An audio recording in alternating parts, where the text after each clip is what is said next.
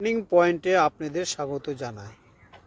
আজকে তুলে ধরব বালুরঘাট রেল স্টেশনের ফ্রন্ট লুক, যা ধীরে ধীরে অমৃত ভারতের স্টেশনের রূপ আকার ধারণ করেছে।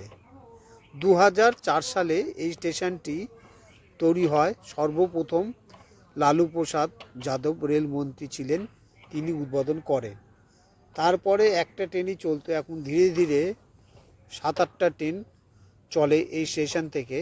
সেই স্টেশনের অবস্থা খুবই খারাপ ছিল।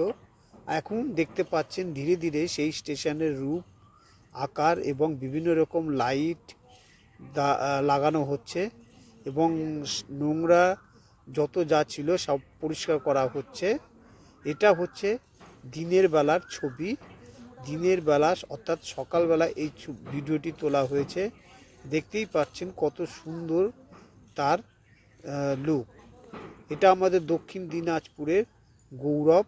এটাকে বাস্তবায়িত করেছে ডক্টর সুকান্ত মজুমদার, যা মানুষকে স্বপ্ন দেখিয়েছে।